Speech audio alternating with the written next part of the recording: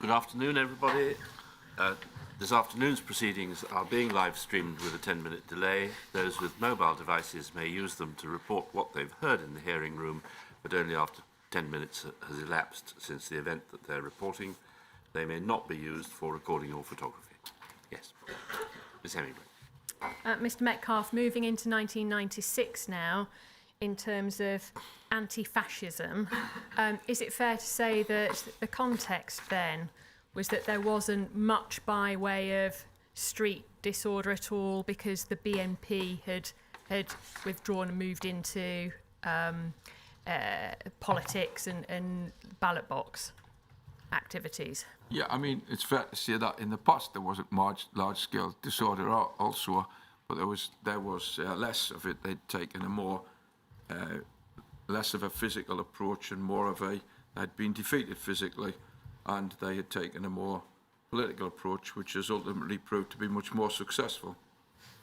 Can I refer you to a document in the Metcalf bundle behind tab B61, MPS 0246093.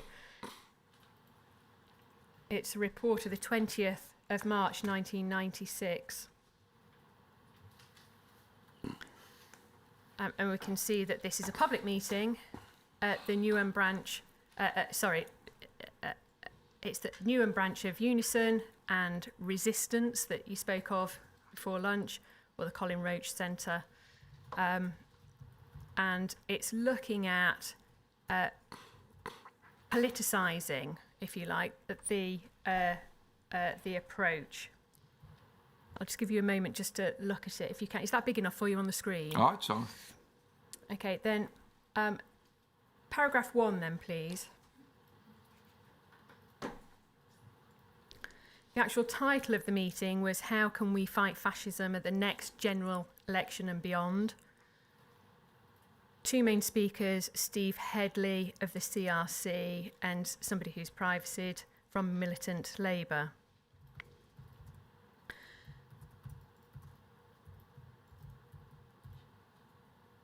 Was there a sense that there was going to be an intention to stand candidates in the next election?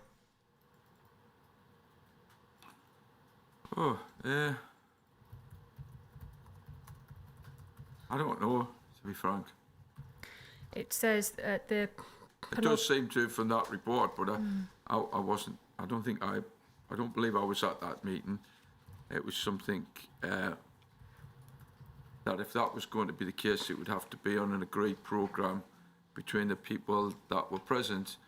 I don't think we were in a position yet to have an agreed programme just standing in its own right. So there would have to have been a canny lot of discussions before we could get to that. We certainly couldn't just stand as what we were. We didn't have sufficient political support to do so, and we couldn't just stand as anti-fascists opposed to one group, because that wouldn't be a positive approach. As I'd said before, the anti-fascist stuff, any street anti-fascism stuff, had to be undertaken with the basis that we also had a political message to give, and that would include events. I mean, at these events, we would let in younger people who identify themselves as fascists, for example, to try and persuade them that there was a political approach and that the problems that they were facing as young people, lack of work, no places to live, and those things which fuel fascism. It's the poverty of people that fuels fascism.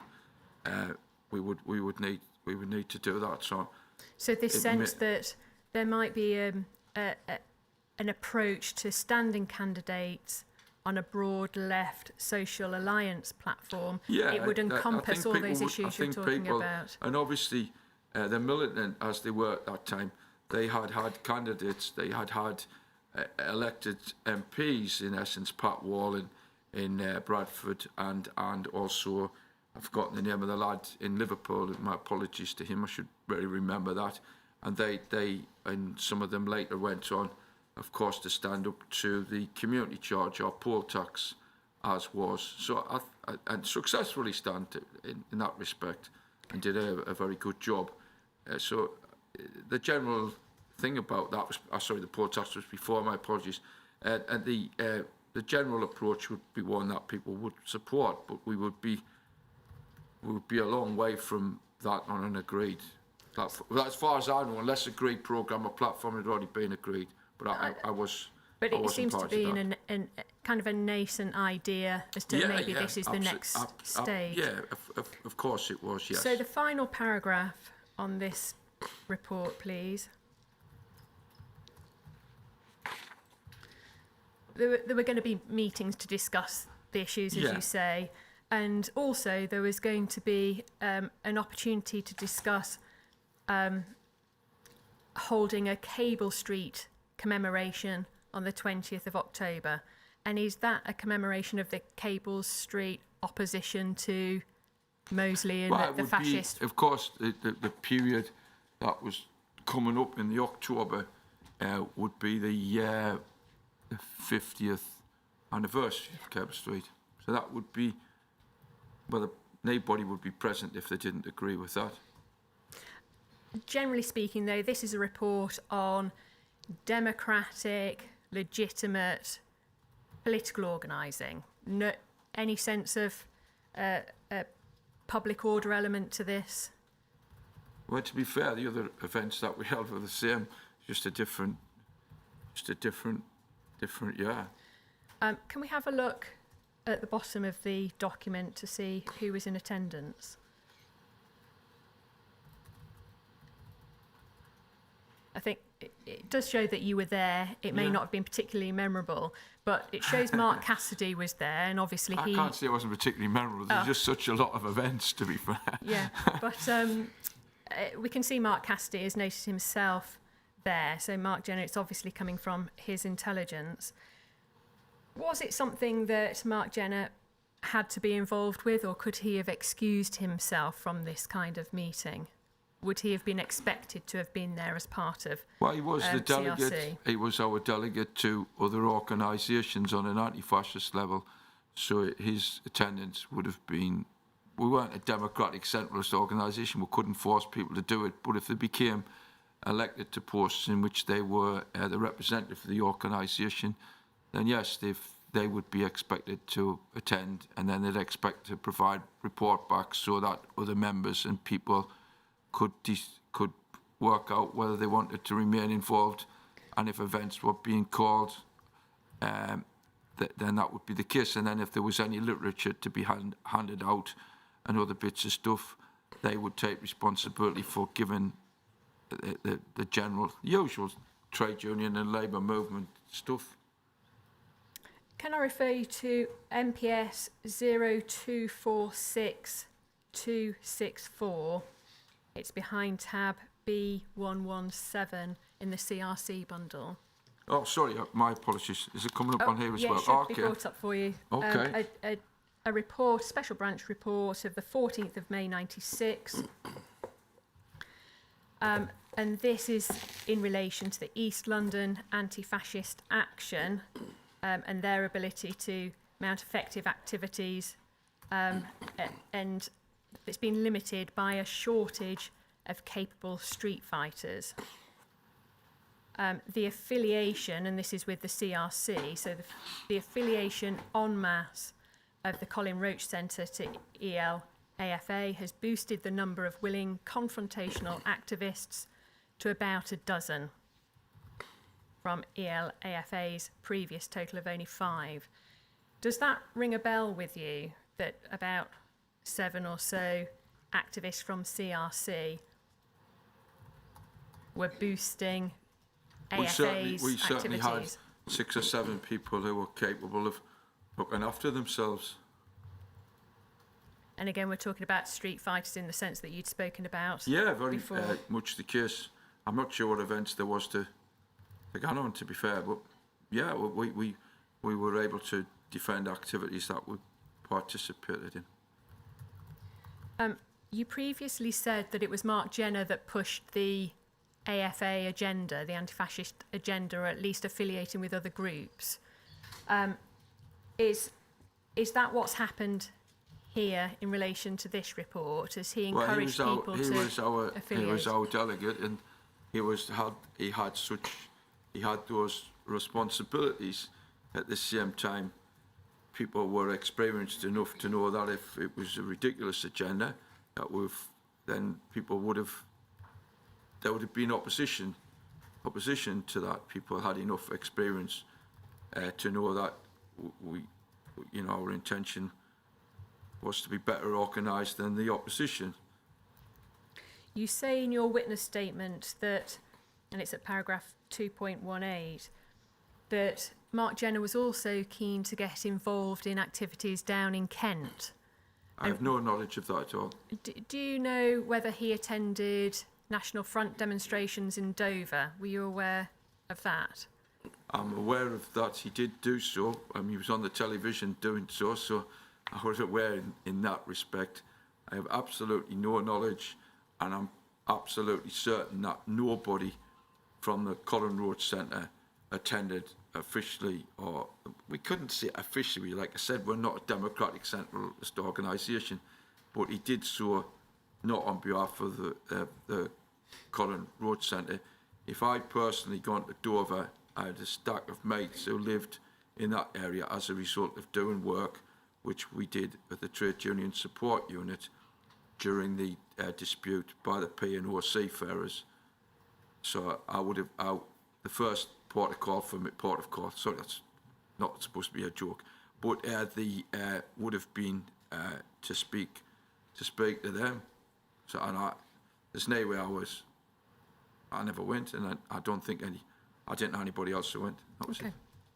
Can we have up, please, from the Metcalf bundle behind tab B66, MPS 0246345.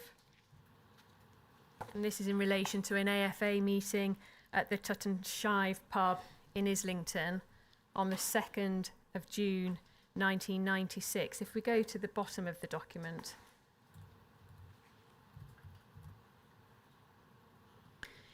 It does list you as one of the people that were there along with Mark Jenner and Steve Headley. Paragraph 1 of the document says that this is a discussions had at the pub regarding AFA's role in the Independent Working Class Association. Do you see that? Yeah, I can't say that, yeah. Do you recall this meeting at all? I don't particularly. I have to say, after a while, you get into so many meetings, it's difficult to recall all of them. It's just like bit of a blur. Some of these, and it's not. Obviously, you can't overcome it, but it's not helped by the fact everybody's name is blanked out. Really, you remember people rather than actually being in a room which you've been in a dozen times. Basically, yeah. You should have a cipher list on the desk in front of you. It's so complex. I'll go with what I've got. Does it help? If it assists, the people called Harold and Noah are people that are significant in AFA. Yeah, I know that. Who they are. I'm okay. To say I know the lads. Yes, I know them. What's of interest, though, in this document is the source comment. If we can bring that up at the end of the report.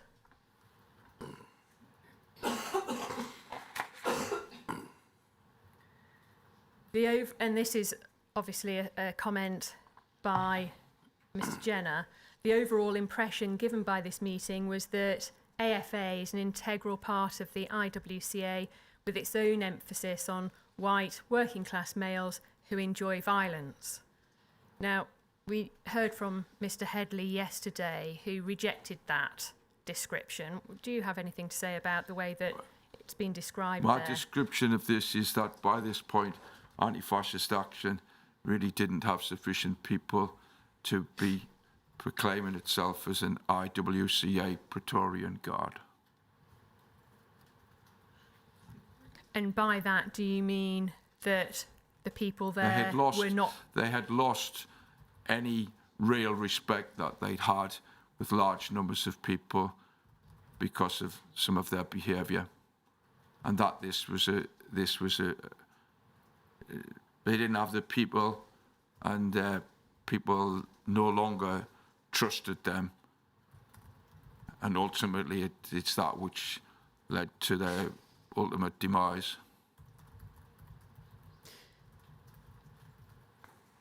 Is what this comment is setting out a description of the people that were in attendance at the meeting as white working class males who enjoy violence? Is that how you read this, and would you categorise yourself as that? If I enjoyed violence, right, there's no way I would be involved in anti-fascist activities.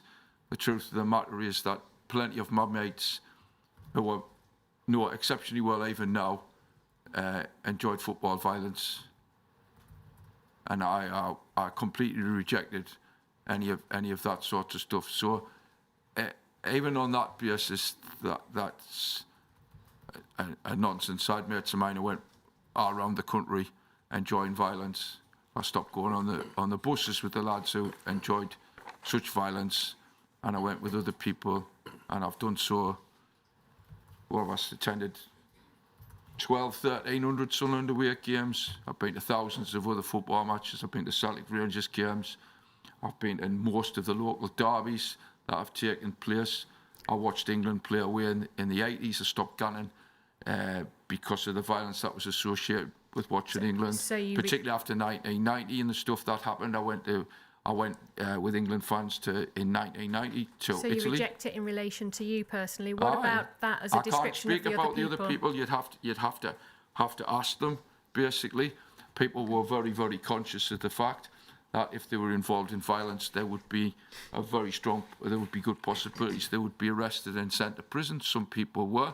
So, in that respect, I don't know. I think people wanted to oppose fascism as best they could do, and they were prepared to do that mainly politically, because we had a magazine, we had leaflets, we had our own methods of publicity in terms of the situation. But the drive and determination was to show that fascism were not bigger and harder than us, because that's important in working class communities. If you come into working class communities, to be hard is something which is very much respected, and if you are only able to stick up for yourself, then basically, as the case with fascism and anti-fascism, is that the fascism grows. That's whether it's on the battlefields of Western Europe or any other situations. As I said, not all British troops went to fight fascism, but I do know people.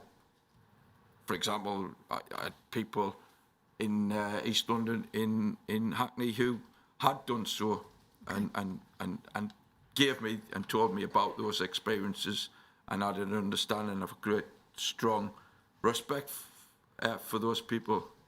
Thank you. So I reject that situation. The other people, you'd have to ask them. I don't know.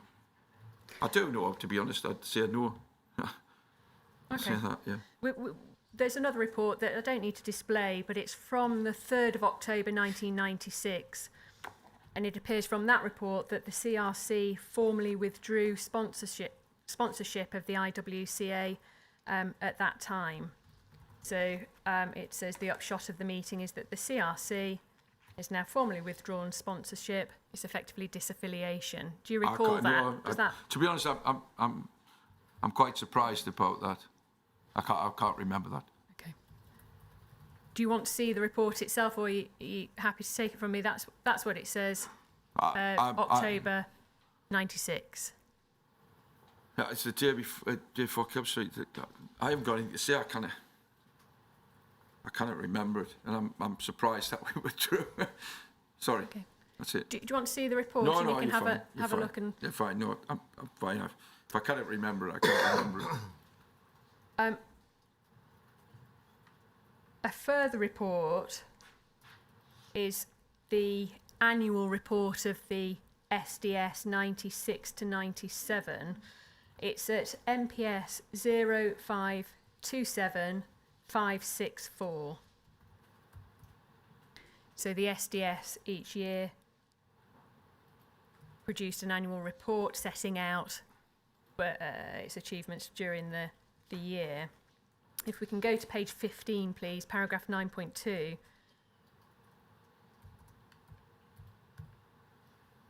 And I'll give you a moment just to have a look at that paragraph.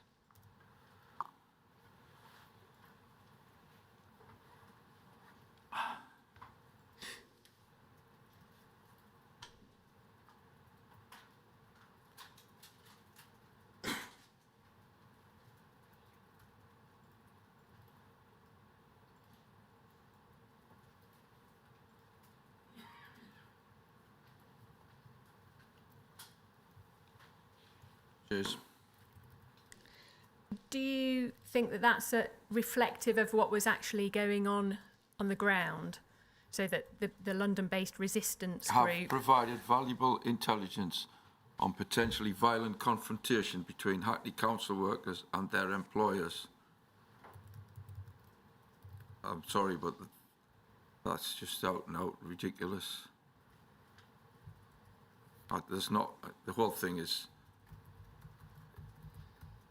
So this sense a that violent confrontation that Hackney Council workers, sorry, just looking at that, would go fighting with their employers. Well, they wouldn't be their employers for very long, would they?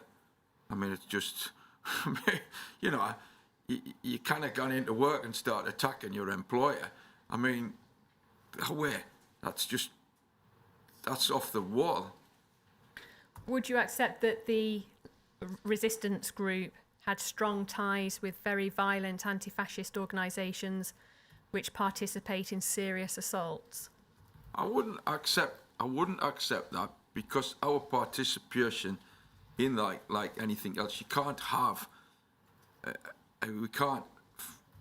we didn't have links with Red Action. We had links with anti-fascist action, of which admittedly Red Action was a key component, but we had our own politics to take into that, and the 6 or 7 of us, plus also female comrades who came on some of the wider public events and stuff, had our own politics, and those politics wouldn't be changed by being on events.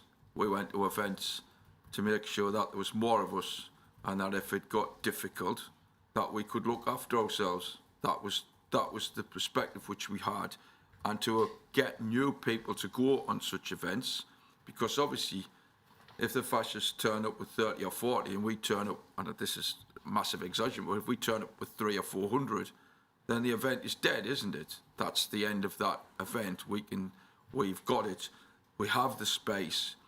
We can show to younger, impressionable youth that these people are not the sort of superhuman strength that they can run the left off the streets, and we can demonstrate that that's the situation, and we were successful in that respect, especially in the period when they themselves weren't seeking even to gain confrontation. But Okay. let me see, I've seen some silly things, but that bit on their Hackney Council workers and their employers, I've never seen any Hackney Council workers wanting to fight with their employers, never. Okay. And that is just absolutely ridiculous, that comment, that Hackney Council workers are dragged into some nonsense like that, and that they're after having a scrap with their employers. It's a disgrace that anybody involved with any sections of the state should be suggesting that Hackney Council workers wanted to do so. That's an absolute out and out disgrace. They should be apologised to.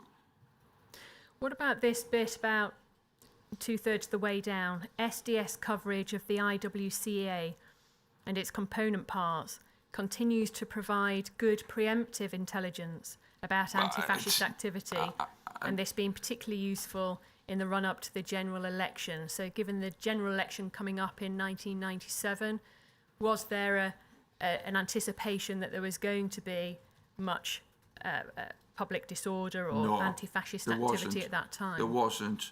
Mark Jenner wrote in the magazine which were produced, and there were other people who wrote in the magazine out the political approach of the Colin Road Centre. And like I said, we weren't a democratic centralist organisation. People were not under instructions. They were not in the things. but there was a general understanding of what that situation is. And there were female comrades who came on events in 1997, and the only event which took place in Hackney in particular involved female and male colleagues, friends, going and taking a spot and handing out leaflets. I'm not aware of any single event that needed to have this sort of stuff suggested or put into thing. It's nonsense. Is it your evidence then that this paragraph in the annual report for SDS is not just exaggeration? It's false, is it? It's totally false, but particularly the bit, as I said, I won't go on about the council worker stuff, is false. The fascists had become bright enough, clear enough in some of their political objectives. The brighter ones understood that they were starting to get a resonance amongst the working classes. The trade union and labour movement was falling in part into collapse. Other parts of it was desperate for a Labour government. Our magazine warned them of what a Labour government would mean, which was the taking over of the public services by private companies, particularly across the National Health Service. And our analysis in the magazine proved to be exceptionally correct. And our approach at the time was to take those ideas through the magazine. I think we certainly printed 500, we might have printed 1,000, by which time we'd also put out stuff about the ANL at the time. So we were selling magazines, we were going to meetings, we were talking to people. That was our major political things, and we had sufficient people who were connected to the centre that could do that in all sections of the community, black and white, male, female, lesbian and gay. We had sufficient connections because of the organisations that had respect for the Colin Road Centre and the people in it. It was seen as an organisation amongst some sections of the community which people knew was on their side, would support them if we could. And in my own case, you know, I don't have this happen to other people, but I could go into CAFs for the work that we did, and people would, like the people who ran the CAFs would say, like, do you want your dinner and all them sorts of things. So we had the support. We had massive support amongst the Turkish and Kurdish community because of the work that we had done. What we didn't have is a political understanding of that support and how we might actually be able to develop it, which is why we in part set up Resistance. As opposed to a political party. That's why it was the term is a general thrust, because at the time, you know, there were in the centre there were people who might identify themselves as socialists, and there would be anarchists, and despite our differences and our disagreements, sometimes vociferous differences, we all knew we were on the same side, and that's the basis of anti-fascism. That's what the situation. And we had lots of female. We had lots of females who were involved with the thing, who were working in schools. And we had good connections. We had a particularly strong black female who was involved, who, let me say, was the most harassed in terms of coming to our meetings. Anytime we had a meeting that took place, she was, when she came out of her door, she was accompanied by a police car who followed her to the meeting. That's what happened to her. She was the black woman who came to the centre, and every meeting that we had, they knew when we had the meetings, they would follow her in terms of the meeting. She was campaigning for her husband, who had been arrested, and that happened. That didn't happen to the white female comrades. So just in the same way as I get stopped at the football, you're saying that's a racial discrimination? There's no doubt it was an intent to intimidate a West Indian woman from coming to the meetings. Really nice lass, very strong woman. Before we move on from the anti-fascist topic, and it's very difficult, as you say, to separate out Republican and the anti-fascism topics, but there's just one last report I'd like to refer you to, which comes from 2002. It's Metcalf's bundle B102, and it's MPS 0010023. This is a report from HM104, Carlo Soraki, who was known as Carlo Neri. You don't recognise that name or that officer? I'll give you a moment just to look at this, but essentially, I think this is after you've moved back home up north. I mean, my mum was looking after me dad. My sister's married. She's got bairns. And I wanted to go back to the northeast, although we didn't go back to Peterlee or Easington. We moved to Sunderland, and I went through twice a week to pick him up, take him out. So in terms of the accuracy, before he died, the date that you're talking about is a Saturday. I was free on that particular Saturday because we played Borough on the Tuesday. Were you still an active member? I've nowhere did I promise. I was the secretary by then of Sunderland Fans Against Racism in the North East, and we did leaflets. We supported the campaign by refugees when Pearman was killed at the top of my street by a racist who got 18 years. But I've no knowledge at all. And to be fair, I mean, obviously Steve was here, things, but me and Steve had a big fallout because I felt that we organised independent action of the RMT in 1998. We brought out about 80 lads, and Steve took the commitment of the Grand Old Duke of York, as I knew him, that he would do well by him, and then he didn't. So I wasn't. Steve Headley's bringing me up at that particular period of time would not have been something that I would have took him seriously as a serious political activist and a very good trade union organiser, but I wouldn't have been responding to that, no. Were you still an active member of AFA in London at the time? I hadn't been an active member of AFA in London in itself since 1992.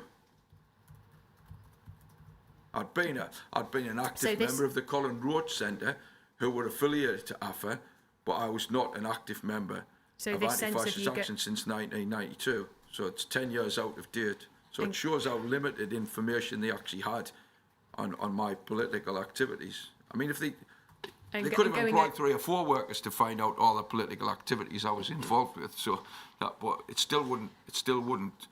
If they couldn't even know that. Was there any sense of you going over to? Wouldn't have been enough, would it? If that was sorry to interrupt you, Mr. Metcalf.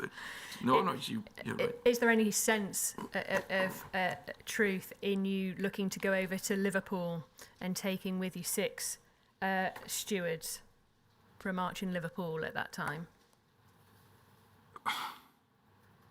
Honestly, we struggled when we were leafleting the estates, which were difficult in Sunderland. We had to work hard to get stewards because there was opposition. The BNP had become very strong. The idea that I was suddenly going to be asking 6 lads on a Saturday, they were all working during the week on sites and the rest of them, or get Menzies involved from the Angelic Upstarts. Nobody would have took me seriously. Okay. Nobody.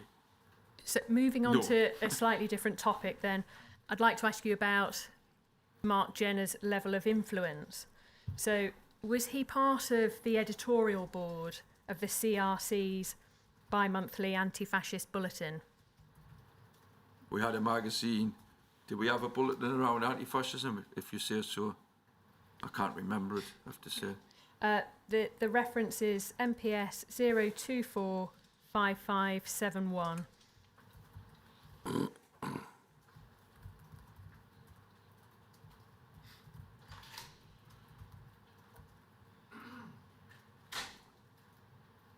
I mean, what you have to remember is I was the elected, as I said, person for the activities, and there was a lot of activities going on apart from keeping the centre open and raising the finances. So there was all sorts of self-independent things going on, and it was tricky at times to keep knowledge of that going on. Could this be referring to the RPM? Yeah, it was the magazine, but I wasn't the coordinator of the magazine. Was Mark Jenner? No, you would have people who would come, and other people would say to people, why not do an article on this? So we did an election special, and we did. So we had pretty big social events that people were raising funds. Some of the people are well known even now, and they would come and do a music or some comedy. So the last I mean, sentence they here... could have taken some of these reports. They would have made useful comedy, to be fair. But this last sentence then, where it says, at its inception, the editorial board of this bulletin will comprise of Privacy, Mark Cassidy and Mark Metcalf. Okay, if it says that... Could that just be for the first edition, and then it was just a matter of who he was wasn't able to involved with contribute? the first edition of the magazine.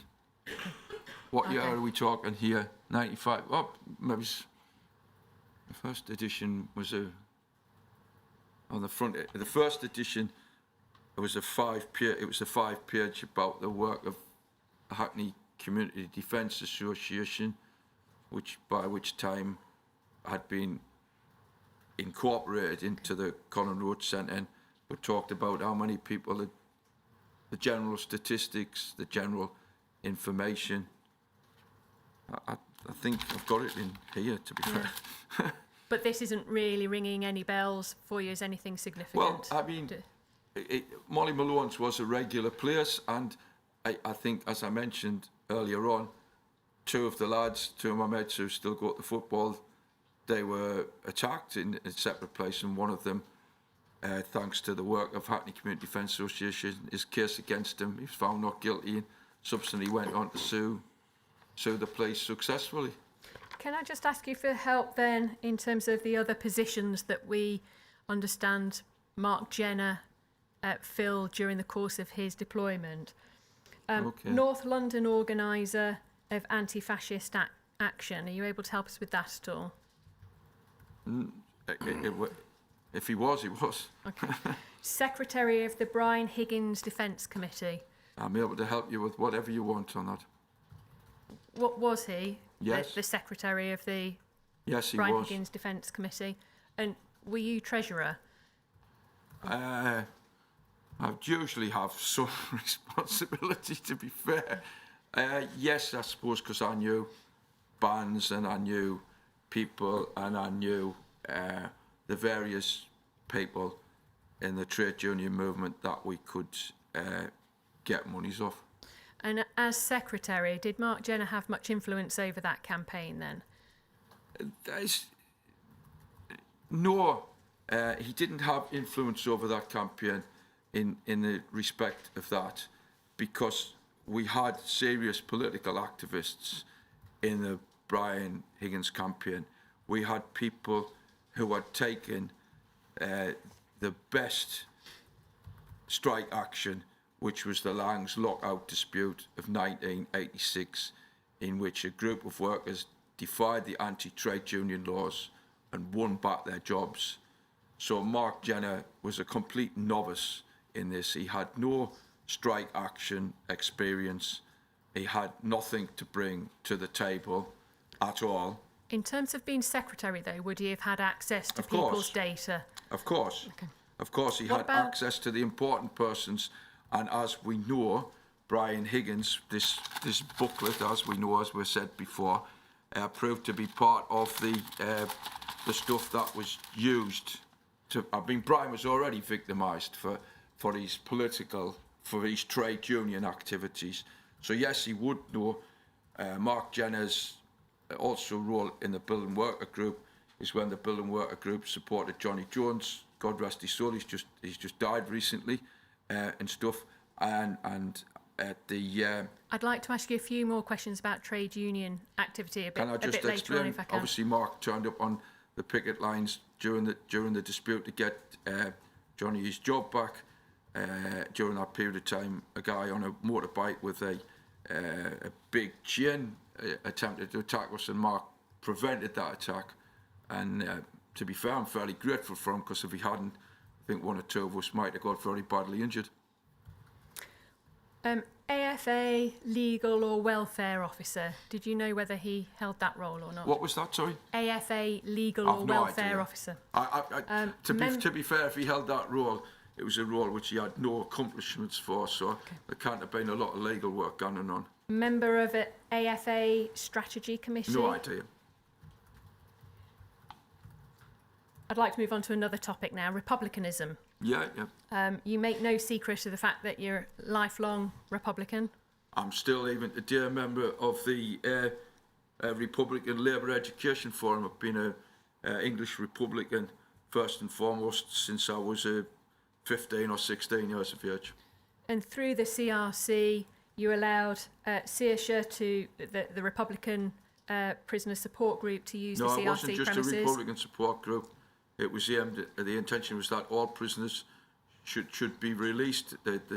My politics is basically, a united Ireland on a vote amongst the whole island, self-determination for Ireland, all the prisoners out of jail and troops out of Ireland. And I would have stayed in the troops out movement if it hadn't have been for the event when they went home with the police on the Bernadette McAlinsky or Bernadette Devlin. I would have stayed with that. I wrote for the magazine, I've got nothing to hide. I was the trade union organiser for the Troops Out movement. I did loads of stuff around Ireland. I believe that the four nations, and I believe Ireland is one nation, should make a decision on a federal UK or whatever it should, because I've believed that. Well, I'm 66 now. I've believed that for half a century. And we know that in 1995, in the summer of 95, there was a CRC trip to Northern Ireland. Mark Jenner had arrived and joined the CRC in spring, or around February 95, and then in the summer you were going across on the ferry to Belfast. Is that right? It had nothing to do with Mark Jenner making that decision. We had held a public meeting. The Pat Finucane Centre had written to us mainly on the policing issue, so we'd had some correspondence with them for a short period of time, and then it was about October, they'd written to us and said that they were supportive of the peace process, and so was I very strongly, particularly after 92. I was very, very strongly in favour of that. And would we host a public meeting at the Hartavy, particularly aimed at Turkish and Kurdish people, what was going on in Kurdistan, or certain parts of Kurdistan, and that Mary Nellis would come to speak, and we said we'd be very supportive of them coming to speak. So we'd already done that. We weren't separately seeking to organise a delegation. It was at the request of Mary Nellis, and as I did, I think I can't mention his name, but my mate in Belfast, whose brother he'd been shot dead in a plastic bullet on the television. So I thought it was a good idea. I thought it would be a very good idea. And is it right that you travelled over using Mark Jenner's van? Yeah, I was very opposed to that. I said to him, your van will be known, it'll be known by the security services, known by that, and his behaviour, to be fair, looking back on it at that point, should have alerted to me the fact that he wasn't what he was saying. Just as I deeply regret the whole situation around how he got together with Alison and all that, and didn't work that out. It's a really big political mistake that, with my experiences, I didn't do that. But there's reasonings behind that, but nevertheless I still hold that responsibility. I think Alison came along with you on that trip. She is did, that right? indeed. And she's written about this trip in Deep Deception, the book, hasn't she? She has. Did you stay at Steve Headley's mother's house? Yeah, I slept in the front room on the floor. Unlike Did you get Alison. An extra sausage for breakfast, or? To be fair, that period of time in my life, I was a vegetarian. So the answer to that question is he probably had mine. Okay, so I can't really see that situation. So I was a vegetarian. Is it right then that CRC did not request Mark Jenner's attendance on that trip? He was active in the centre. He said he wanted to go. He said he would take the van. I was not in favour of him taking the van, because also what would happen is we went down to Dublin and other bits of stuff. I wasn't in favour of that situation because I wanted to go independently. Personally, I wanted to go that we would get some transport when we were in the north of Ireland to use that, and then we would go separately. I didn't really want that situation arising, because whilst I didn't have any fears whatsoever that the loyalists were going to follow us and the rest of the stuff, I still didn't want to do that. Do you recall one morning Mark Jenner getting up early? I recall it exceptionally well. Do you remember him getting up one morning and going up the Shankill Road? He certainly wouldn't have gone up the Shankill Road if he'd got me out of bed to tell him he was going up the Shankill Road. I can assure you, he would not have gone up the Shankill Road. He would have. I would have organised that we would have come home. That if he decided he was going to do that, I felt that was placing people, even though the peace process was on, that he would not have done that. I've been up the Shankill Road before myself when I did some trade union activity. It's a long time before that, and was supportive of keeping some premises open actually at that point. But no, we weren't. If somebody then asked us where we come from, that I'm not sure that we were in. I don't think it would have been safe. We're talking about a war here. So when did you learn that he had been back. for that walk? When he got back. That day, he told you about that? Yeah. When he got back. Did you see force used against Mark Jenner when he was in Derry by the RUC? I didn't personally see the moment Ulster when he got hit by the RUC. I didn't see that. I personally was towards the rear of what was happening, but I didn't personally. Obviously, he got hit. I mean, he got injuries, so he certainly didn't do them himself. No, but I didn't personally witness him getting hit at that point. My experience of Mark, as I said before, in situations surrounding violence and other thing, is that he was a brave individual.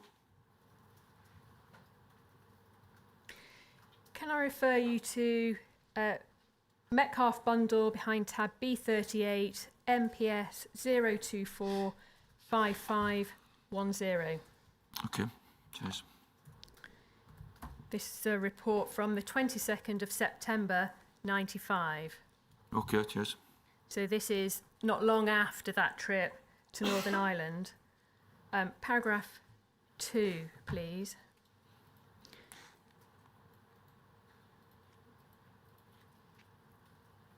Talks about the CRC developing its Irish political strategy. And with the advent of Saoirse and links being made with Derry Sinn Féin, etc., Mark Metcalf is eager to encourage this. We didn't have any links with Derry Sinn Féin, so that report is not true. We had links. We had links with the Pat Van Houten Centre.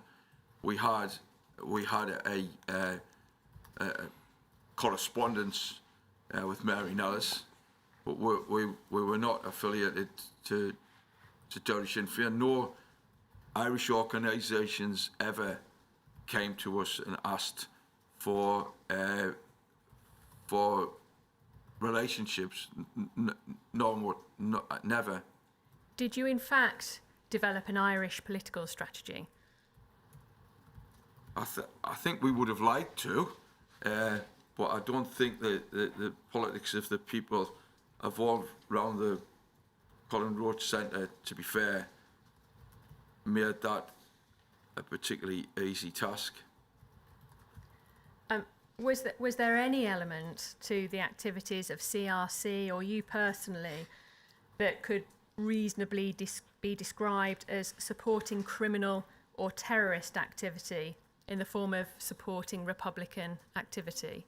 My political position has always been clear. The Irish have a right to resist. They have a right under international law. the definitions of terrorism should be repackaged. There was a war that was taking place. Are you asking me, was I supportive of people going out and committing bombings and the rest of the stuff? The answer to that is no. And was I supporting other positions, the things? There were people who came who were still into wanting to Republican forums and to continue the war. I was pretty hostile to that. Me personally, I felt that it was I could understand why that would be the situation. Ireland's been occupied for 900 years, and there's been periods of time when the Irish have decided to take up weapons and to fight war. I felt that certainly after 1992. I felt that in the 80s, I felt that was a process which I could understand. The things I'd mates of mine who I knew came home and told me of the atrocities that the British Army were committing, which they themselves had witnessed. I have a huge data bank of those sorts of situations, none of which I would be brave enough to actually publish at this particular period of time.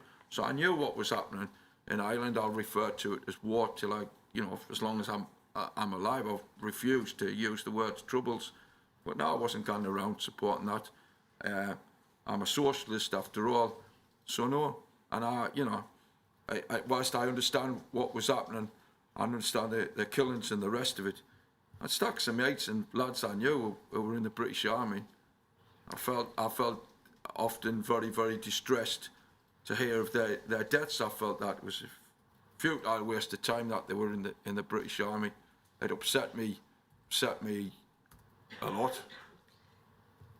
Can I refer you to a document that is about the Republican Forum? So it's in the Metcalf bundle behind tab B45, MPS 0245647. And this is a report from the 4th of November 1995, a meeting of Republican Forum at the London Welsh Centre in Gray's Inn Road.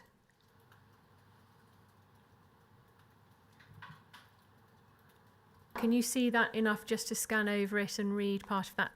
I can. Do you recall that meeting? I do recall the meeting. I recall that I largely came out of it regretting that I'd gone to the meeting.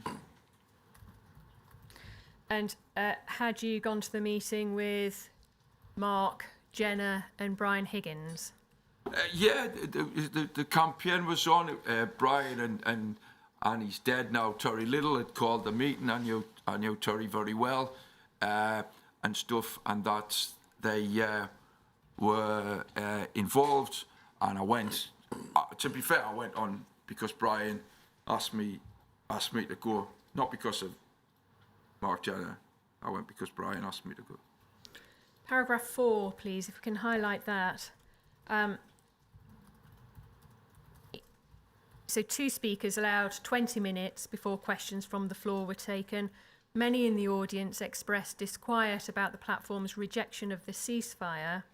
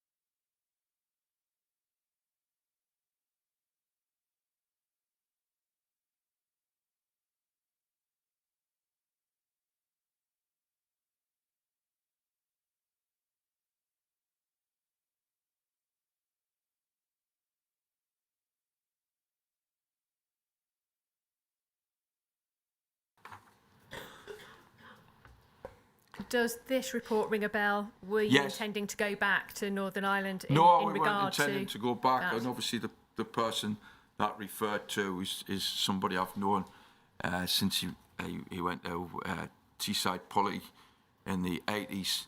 His brother, like I said, was shot dead with a plastic bullet. That was on television. So That's I've known the him person that I've you've known him for referred years. to. I've known him absolutely for years. Okay.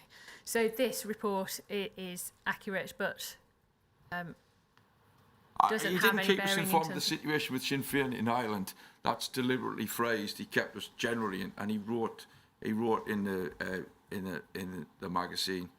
Obviously, nothing happened to him in terms of the Manchester bombing. Nothing happened to him in terms of the situation. But yeah, I knew I've known the lad for a very, very long time. I'm not in contact with him currently, but I know I could find him, put it that way. The next document, Metcalf Bundle, tab B91, MPS 0000695. It's a report from the 25th of November 97. It's an intel report by touchy subject. You can see the reports have changed format now that we're into the second half of 97. A report that CRC members are involved in a planned attack on David Irwin, a unionist politician, should he return to London. Is this a document that you're familiar with? Have you seen this report before? I've not seen that report before. I don't think so. I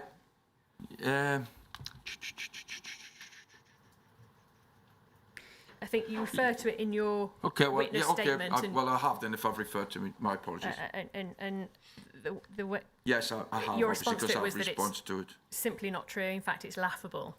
The whole idea that we were going to attack a loyalist politician who has got connections to people who are involved in armed groups, the Colin Road Centre. I mean, I'm looking at some of the people who were involved in the Colin Road Centre at that time, and I've got nothing personally against them, but to be fair, the idea that we were going to take on a loyalist politician in such a position is probably one of the most ridiculous things I've ever seen written about myself.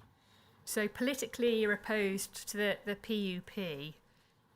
Is that fair to say? No.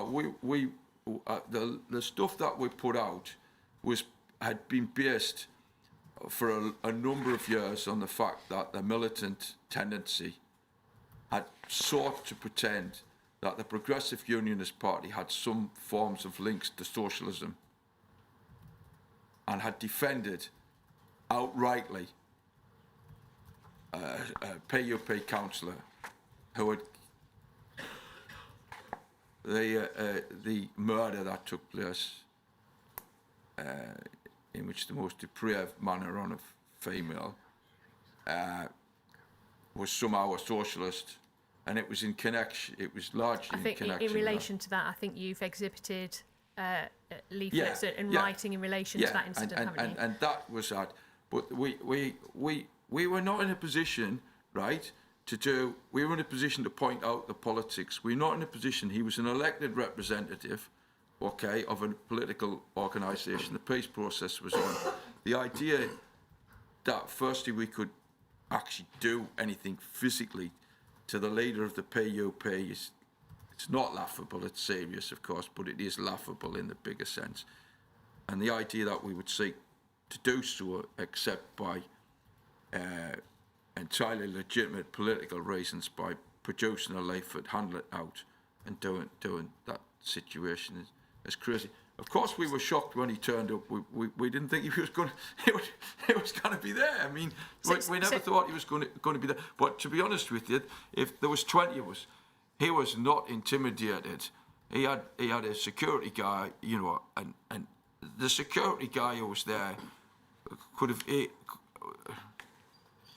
any of those that were on that thing. He could have taken any of those people out. He's a proper security guard. We're just like complete novices in that respect. So whilst I can look after myself, I'm not a hard individual. The whole way that this is written is it's rubbish, to be fair. That's what I feel anyway. Is it right? Do you accept there was a picket there? Yes, there outside was. the venue? Yeah, there was. Yeah, we And we produced a leaflet. Yeah. We had a leaflet. We had the thing. We had the discussion. I remember. Like we were very shocked when he turned up, and but they didn't. There's no way they felt intimidated. If they had a smaller meeting, it's because they hadn't got the people that had turned up to attend it. It's as simple as that. Can we have the whole document up, please? I mean, can I say once again that the politics around Ireland was something that, you know, these are tiny events in a much bigger picture of annual things. I appreciate the aim is to show that they're preventing public disorder, and there wasn't any public disorder. The suggestion at the very end that the feeling of the IRSP, the CRC and Red Action is that should Irvine ever return to Holloway Give out. Well, this is just nonsense. and displays the same arrogant disregard for both personal security and political insensitivity, then plans will be made for a physical attack. This is the bit in your statement, I think, where you say, well, that's just laughable. And as you've said here... It's just nonsense, to be fair. And it's... So there was no threat Well, I of wasn't physical... privy to any discussions afterwards. We didn't have a common front on this, but in terms of the situation, we were not in a political alliance with any of those organisations. The feeling of the IRSP with the /CRC suggests that those organisations are of a combined organisation. This is an attempt to suggest that that was what was happening. That it isn't. Each group and each individual and person had a personal and political agenda and differences, and ours had come out of the, as I said, over a disagreement at the time around the militant in particular, and physical attack on him. Well, not a chance. There was no threat to him should he ever return. There was never any physical threat to David, to Irvine.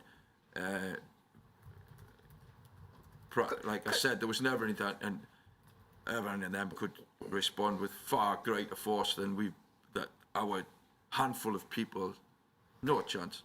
Could it be that this is some reporting of banter after the event? Did you... The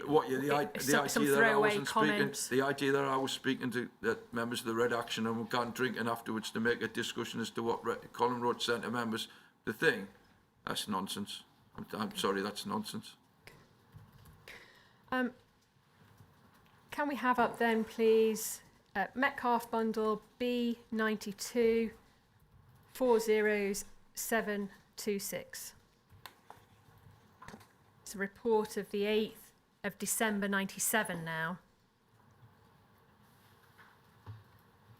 Reports that you're working for Camden Council as a day centre worker. I wasn't working for Camden Council. You weren't? No. That's inaccurate. Were you working as a day centre worker? No, I was the what was my title? Well, I was a boss and I was the second, and we had a stack of projects taking place. I can't remember my actual title. Was it assistant centre coordinator without responsibility? I could hire people because we needed temporary staff, but I wasn't responsible for any of the firing responsibilities. That was my political position. I organised a luncheon club.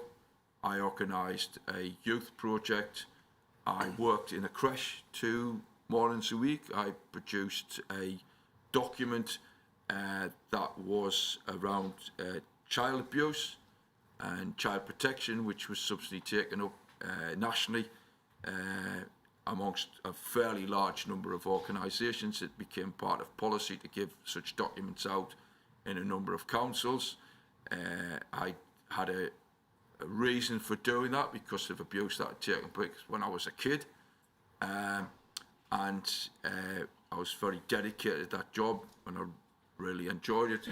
We managed to get the centre itself still has graffiti artwork that was put up. What's that? I left there in 2000. It's still up, so it tells you that the quality of the graffiti and the artwork that was produced was exceptional. Not quite Banksy, but obviously he had an involvement in terms of some of the stuff with the other lads and stuff and things like that. It was a very good place to work. Can I ask you about paragraph 2 then? It says that Mark is of the opinion that the CRC will not be able to satisfy his ambition for influence. And in recent months, Mark has devoted more of his time to help launch the Republican Forum, along with Brian Higgins. I'm sorry, this is not true. I wasn't involved in helping to launch. Firstly, the organisation had already been started, so why did it need to be launched? That was what I was going to ask you about, because we've heard of some reports back in '95 that talk about the Republican Forum, and now we're in the end of 1997 that's talking about you launching the Republican Forum. So can you confirm that this is inaccurate in terms of that? It's completely report? inaccurate. In terms of my ambition for influence, let me state here and now, I've been offered over the years posts as full-time trade union officer. My position was that I didn't want to be appointed as a full-time trade union officer, especially for organisations which I was not a worker in, and by which time I was working in the community sector, and I certainly didn't want to become a full-time trade union officer in the community sector. Sorry to interrupt, but this you're saying that this ambition for influence is not accurate reporting on you. No, what I'm trying, sorry, perhaps I haven't explained myself properly. When it says ambition for influence, my ambition for influence is obviously universal in the sense that I wish to influence people politically. It's not aimed in the way that that's put, that I wish to somehow gain advantage for myself personally. That's just not the case. If I wanted to do that, then I would have needed to seek out positions that would be able to influence that. I'm a working class socialist with some education who is not seeking, except in any other way, to argue and agitate for socialist politics which is democratic, and the means and methods by which the trade union movement is organised is not, in my view, democratic in how it organises its structures. I'm happy and I've been delighted to work for the trade union movement in various shapes or form or fashion for ages, but I definitely do not want to be responsible for structures which I think need reforming. I'm sorry to have cut across you there. Sorry. And sorry. thank you for that. Fine. Well, I wasn't intending on launching anything on the Republican Forum, and I certainly in 1998 was not planning to go into Derry for the weekend of the bloody. Like I said, I've been 10 or 11 times to Ireland in my lifetime. If it's more, it certainly wouldn't reach 15. And the Republican Forum, police in Kurdistan. I mean, some of the issues that I'm involved in. So that final paragraph you're saying is inaccurate as well. I have no idea of it, and I certainly wasn't going to the bloody Sunday March in Derry in 1998. I wasn't doing that, or the Republican Forum. I was very sceptical of the Republican Forum because of some of the people who came to it, and I didn't feel it was making a great deal of progress. It seemed to be people who whose politics had long since gone. I was a lot younger than them. I wasn't young, but I was a lot younger than them, really. In terms of interrupting you there, I'm only aware that there are some other topics that you want to give your evidence about, including blacklisting and, Yeah, I and definitely want to Allison do as the well. blacklist So and stuff, yeah. yeah. I'm very keen to do that, yeah. Yeah. It's the reason, one of the reasons I've come, although I repeat against, I still think Dave Smith should be given the opportunity to come up and talk about that, Okay, because he knows far more about it. So in terms of the Republican topic, I've just got a couple of more questions to ask you about that before moving on.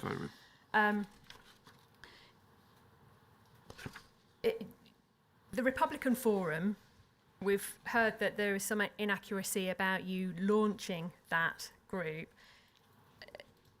Did you become the treasurer of the Republican Forum? No. HN15 Mark Jenner says in his witness statement at paragraph 127, when referred to a particular document, MPS 0001223, I don't intend to bring it up. Okay, cheers. But it's a strategy meeting with touchy subject in July 1998. He says, I do agree with the description of Red Action as a terrorist support group. Members of our RA were convicted of terrorist offences. For example, Liam Heffernan, a member of INLA, and Pat Hayes, a member of PIRA. Do you agree that Red Action could be described as a terrorist support group? Yeah, one or two of them engaged in terrorist activities. Would I say that Red Action and the stuff as a group were a terrorist organisation? That's not a description that I would give to the organisation. But some people did engage in activities which I would describe as terrorism. I'd like to ask you about reports on individuals, and in particular... Well, I mean, you have to give it in the context of, I'm not defending the things, I regard the British state's occupation of Ireland as terrorism. I regard it, you know, the atrocities that my mates told me about, the rest of them, they're the same. That, you know, innocent people get killed. So if you want a definition of innocent people getting killed, then the British armies are exactly the same.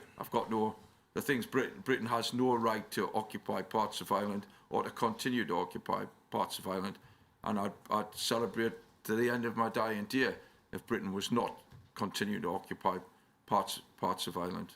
There's no question at all about that. But if you wanted to have a broad definition, that's what I would regard it as. But it's not to me to decide how the Irish decide that they want to rid their country of British occupation. And as I said, some of my mates have been part of, or lads I know, mates, sometimes it's a struggle, mates, you do fall out with the things. But yeah, that would be my political position. Reports on individuals and the reference to them being violent. We heard from Mr. Headley yesterday, and in particular, report behind Metcalf's bundle, tab B53, MPS 024 5891.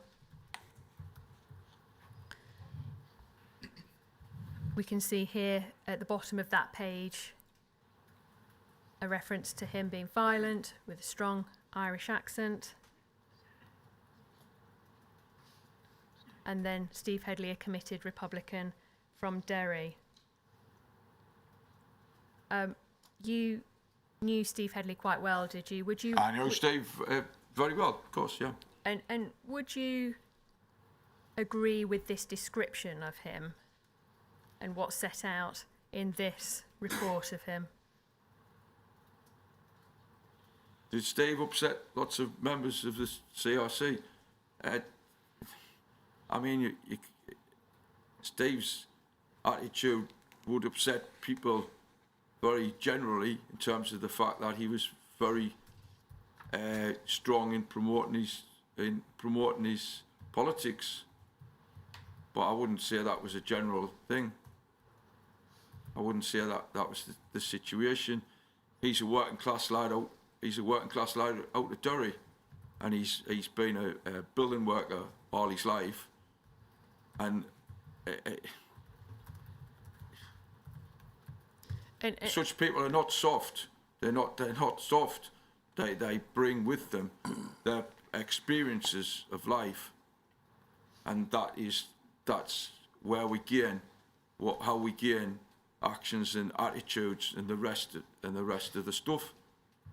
That is just where we're from. We don't, and I ain't. That's not generally the situation. Obviously, for me, it's a bit easier to understand because I'm closer to that background. I'm closer to understanding that situation. But I could understand how other people would get upset on other bits of stuff. So yeah, and you're working on it. You're working on a railway line, and you're laying tracks, and you're doing all of those sorts of things. It's very difficult to come off those situations and to be, all the time right on, because you're fighting for your bread and butter, and that is the reality.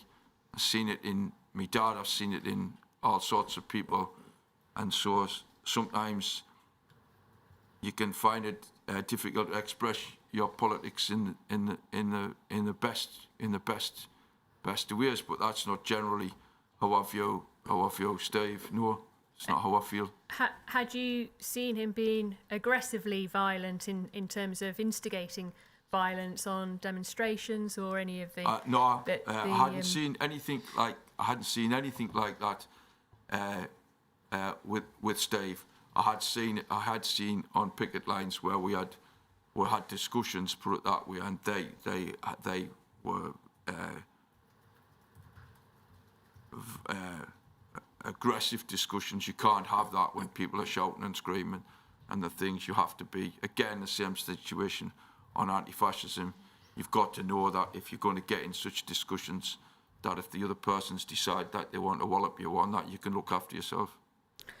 Very quickly, before we move on to blacklisting, you mention in your witness statement at paragraph 2.37... Sorry, I have to say, even strong characters like Mark Metcalf are wary of criticising or upsetting him too much.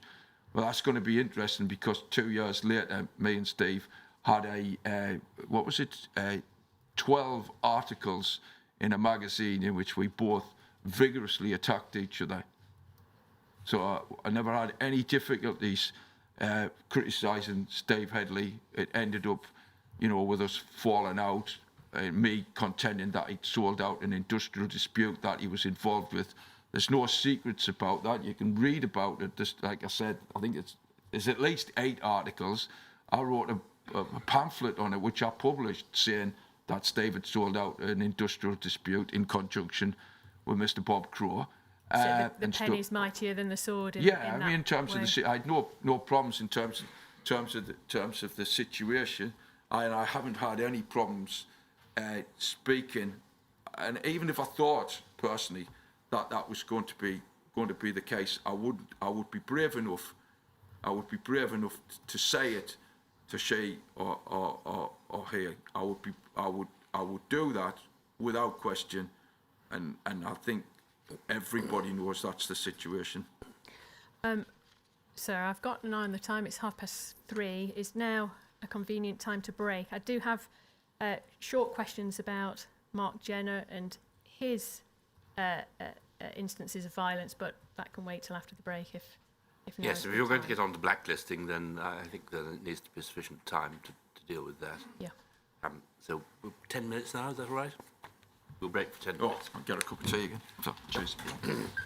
All rise.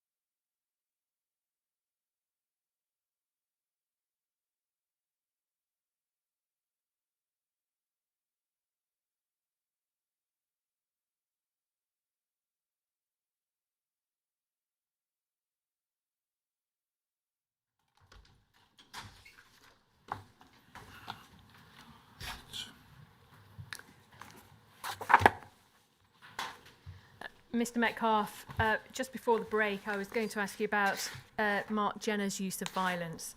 In your witness statement at paragraph 2.37, you note 3 occasions where you say you witnessed him using violence. First, at a march in Holborn, where you say that he tried to lead an attack on a pub and threw bricks at the pub, despite being asked not to do it, and that led to people being corralled. Do you recall that? I recall it very well.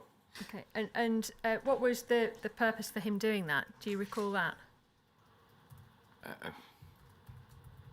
I suppose the purpose for him was to scatter the people. I was guessing at the time that was the aim and ambition.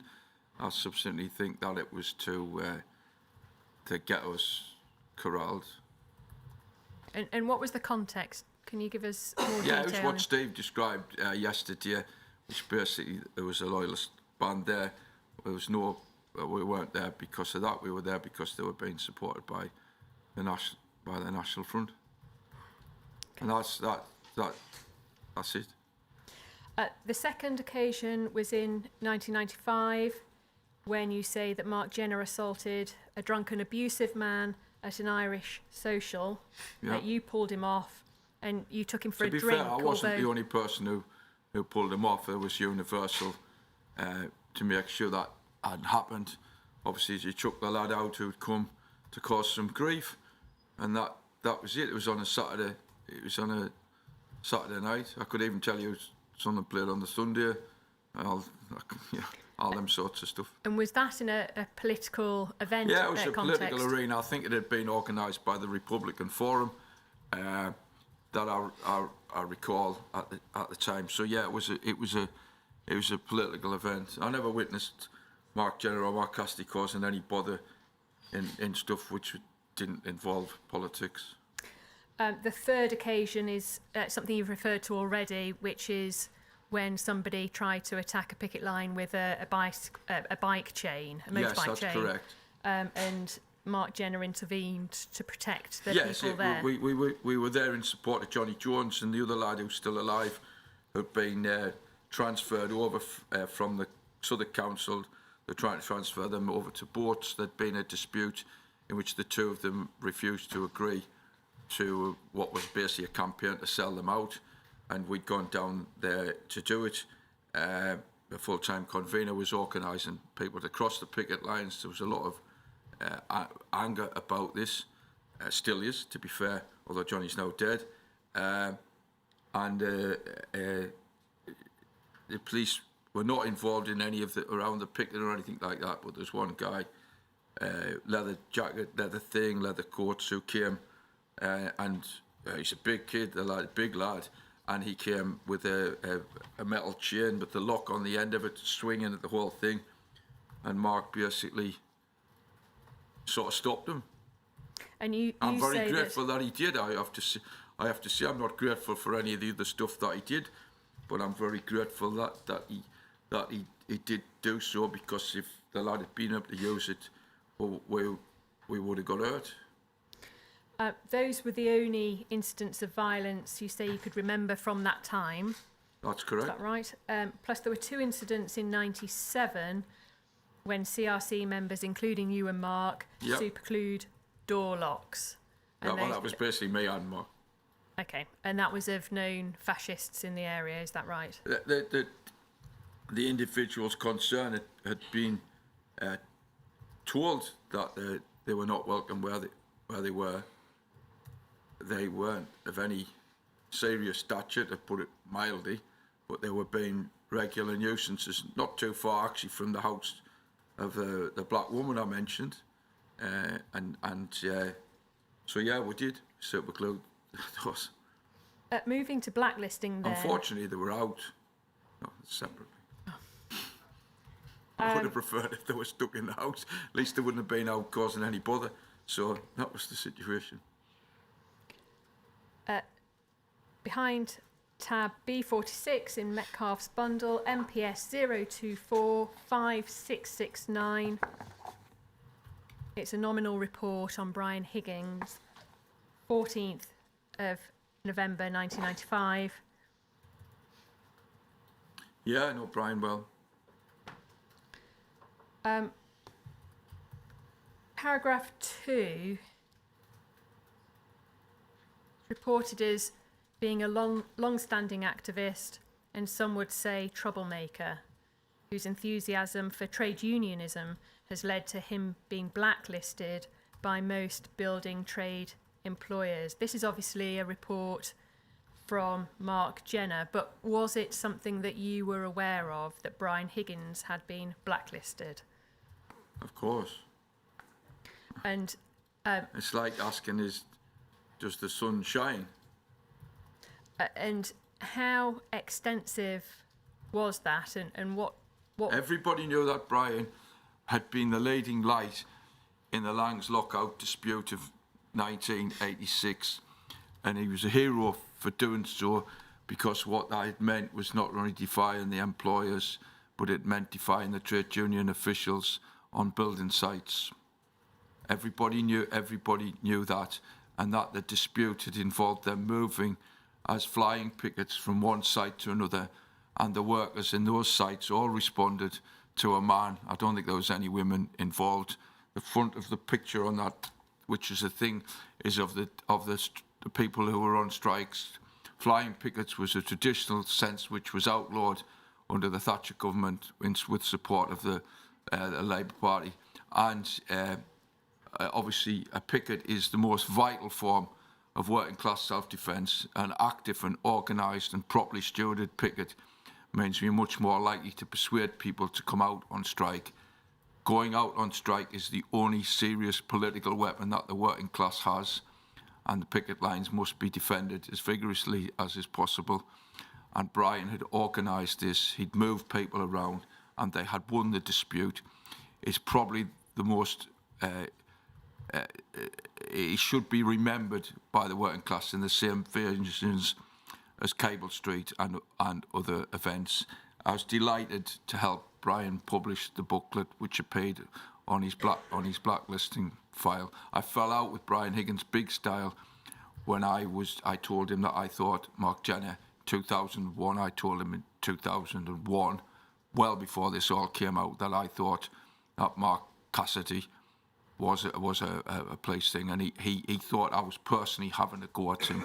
His isolation at home led to him making really poor political decisions, and he was misused by far too many people who hoped to use him to gain some lustre from his politics. He died exceptionally early, and his wife died not long afterwards as well, because of the fact she had 3 jobs continuously to keep the family and their grandparents going. Brian Higgins disagreed with him on many things, particularly the stuff around the Republican Forum, as it turned out. But Brian Higgins is up there with Mickey Fenn, who I knew exceptionally well, who was the lad who turned round the march in '72 on the Tower Hill with the Dockers and Pentonville 5 and all those sorts of things. He's in that, along with other female comrades that I regard as absolute heroes, like one of whom who is here, Celia Stubbs, all sorts of people there. There would be in my top 10 people that I regard as great people. did the CRC or resistance help other people that have been blacklisted as well? Yeah, absolutely. Anytime. Steve Headley Steve Headley lost his job, we organised twice to bring other workers out on strike. We spoke to them, I spoke to them, Steve spoke to them, and we said to them, this lad has been victimised on his job, on his workplace, and you need to support them. And the usual response was, what is the trade union officials going to say? We were saying, well, the trade union officials will say, let's deal with it by legal methods, industrial tribunals and that sort of stuff. And we would say to them, it's not going to get them the job back, and it's here and now. We need your support here and now. And we would gain support for that. So yeah, all the time we constantly did that, and as a result of which we didn't gain the support of the official unions, but we did gain significant support of ordinary workers. So we did do that. And in Brian's case, the 2 lads I'm talking to, Johnny Jones and them, they were being victimised. They both have massive files on them. A number of the people have massive files. So, yes, that's the situation. I was given, when the Consultant Association was raided, I was sent by the people dozens and dozens of files on them. It was of no surprise to me whatsoever that large numbers of the people who appear on those files were full-time trade union officials who had conspired with the employers to make sure that these lads didn't get work again. And a large number of them have never worked again. Some have gained compensation, and some of the trade unions have come forward, to be fair, and they've done great jobs. Now, can I ask you, was there any sense at the time that the Consulting Association or the Economic League might have been fed information from the police? Yeah, there is that, and obviously Jenna's name appears on the list, and there's other names with just their initials who I think were serving police officers. Yet again, with respect with my lack of knowledge, is really one of the reasons why Dave Smith should be called to this inquiry, because he can see it 10 times what I can see it. I'm a complete novice. He's fought for it for the best part of 20 years, and he's the best person to come down and say it. And this inquiry will be weakened if it does not involve Dave Smith being here to call, and he'll be accompanied by blacklisted workers, whereas I have no importance in that struggle in terms of that situation, but he is, and he should be called. And it's a major weakness to the inquiry if he's not called, and if he wants to give evidence, he'll give evidence. Can I just pick up on one thing you said? You said Jenna's name appears on the list. Yeah, a few times, doesn't it? Yeah, I understand. I haven't on the Consulting Association list, you mean? Or to be honest, again, I'm lost. My focus has been on the situation which happened with Brian. Okay. In terms of the situation, because it was a massive file that they had on him. I don't think it was just about building works, but Dave Smith is the person to get here to speak. But our involvement in these things. Sorry, are you able to assist us with whether it was Mark Jenner's name or Mark Cassidy that was? Again, I'll repeat. I didn't think I'd be asked that so closely. Just in terms of Steve Edley's position, to give you some idea, is that he got his job back the first time. He didn't get his job back the second time. He was promised vigorous support by his union, the RMT, including senior officials, all of whom were left-wing people. And Graham Smith is here. They were promised work for industrial tribunals to take up his case. They didn't do so. It was left to Graham to provide the political support and the social support for the things, even though Steve was one of the leading political activists in the RMT at the time. Now, in terms of the building worker group in itself, the reason why this was important, particularly important to me, is because, as I mentioned, 150 building workers on an annual basis were being killed. And I didn't know I was speaking to a police officer. I just thought he was a building worker, and I was saying there are laws about this which should prevent this. 70% of those killed on sites or other works, it was a carnage everywhere you went. Now, I was dragged into it because of the fact that you were getting full-time officers from UCAT who were writing articles about how they're going around London, and they were writing articles about how they'd gained money for the deaths of these workers after they were killed. We didn't want them killed. First and foremost. A worker has to go to work to get decently paid and not come home crippled or killed on a daily basis, or going home with terrible injuries. My first strike I ever organised was over asbestos in a workplace. I bought out a loading bay. I wasn't even 20 of the things. So health and safety is vital to workers.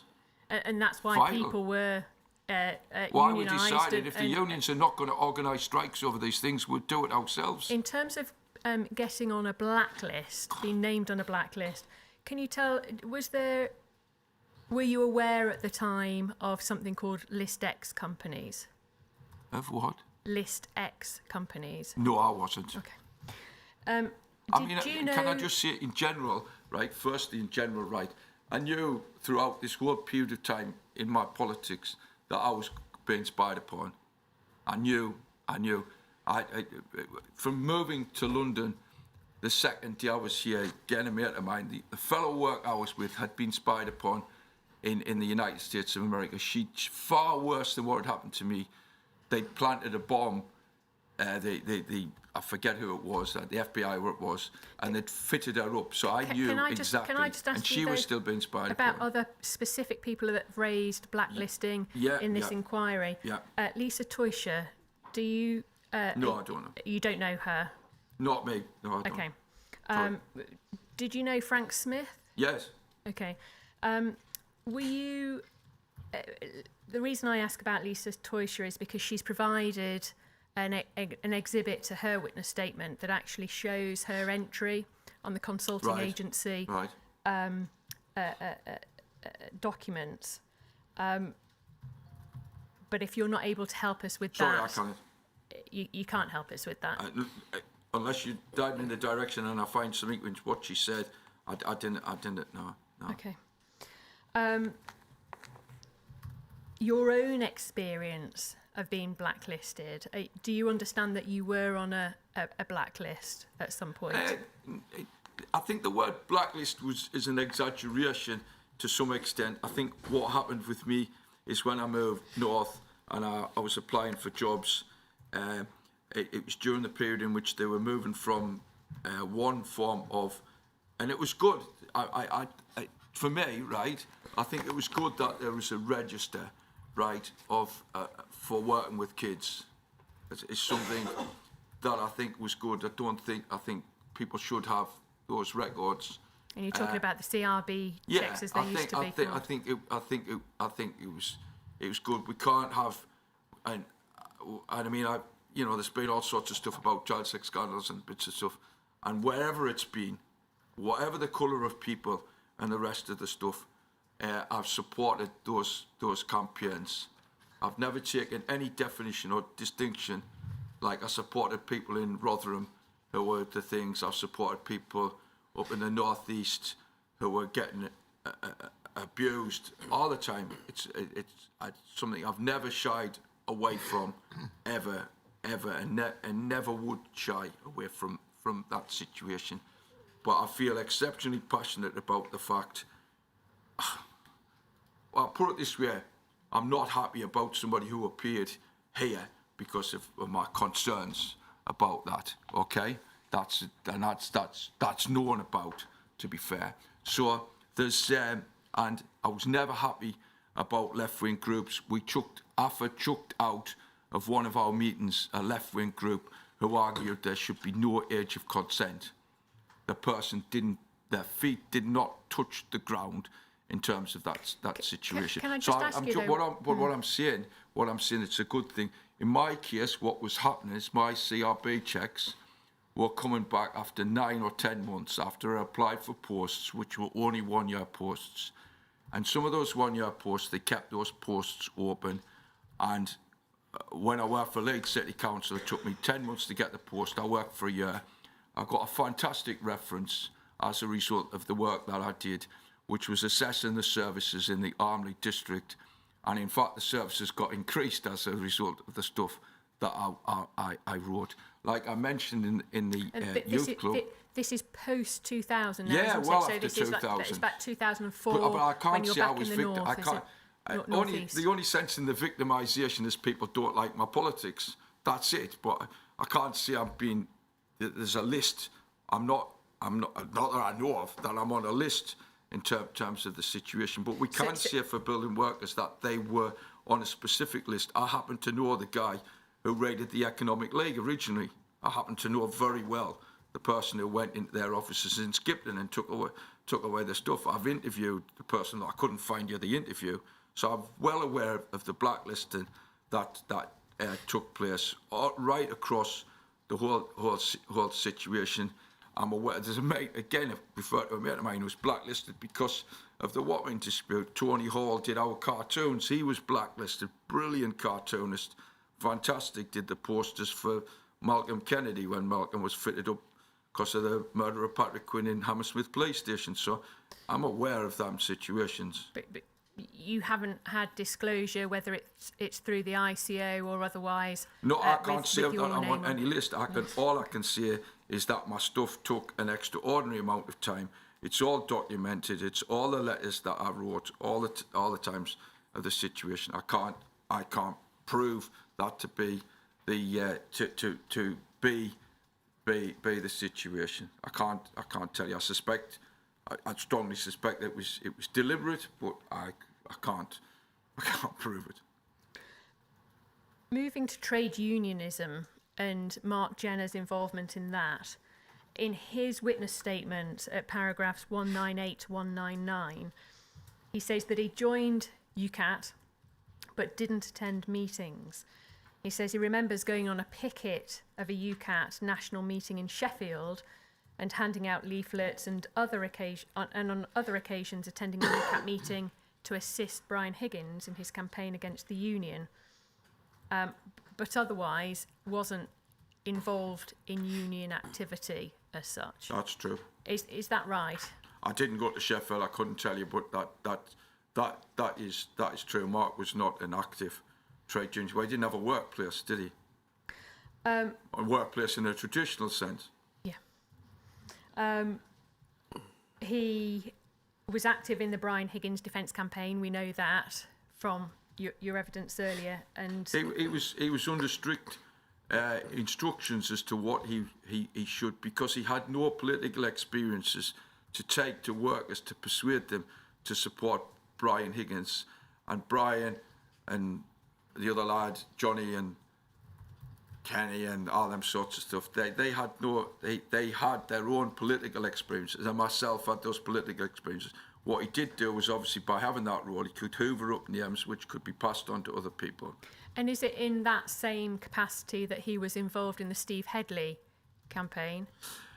We could never have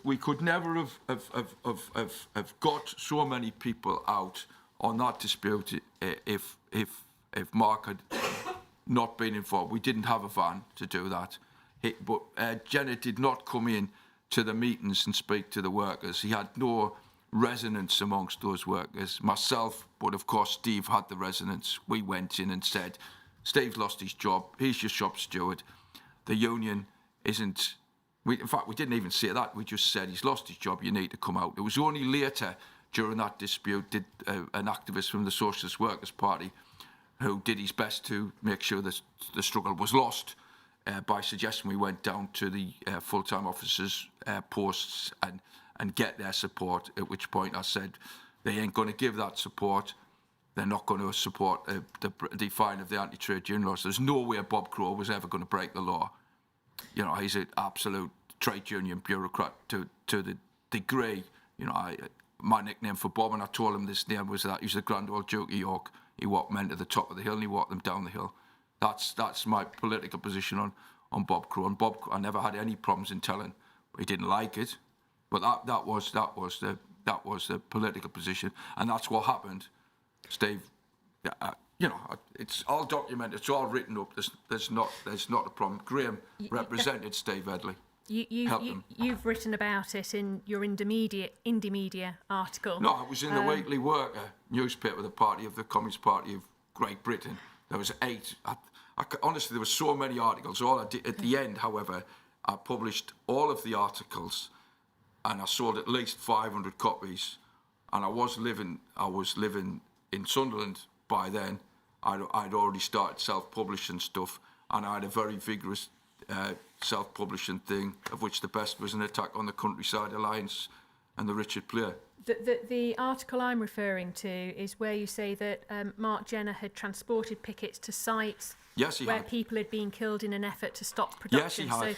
So was he involved in that sense? You mentioned he was involved. No, he was able to use his van with Steve's case, yes, he was involved in those things. We also went to Hither Green and we brought out railway workers on a pay dispute. We did all sorts.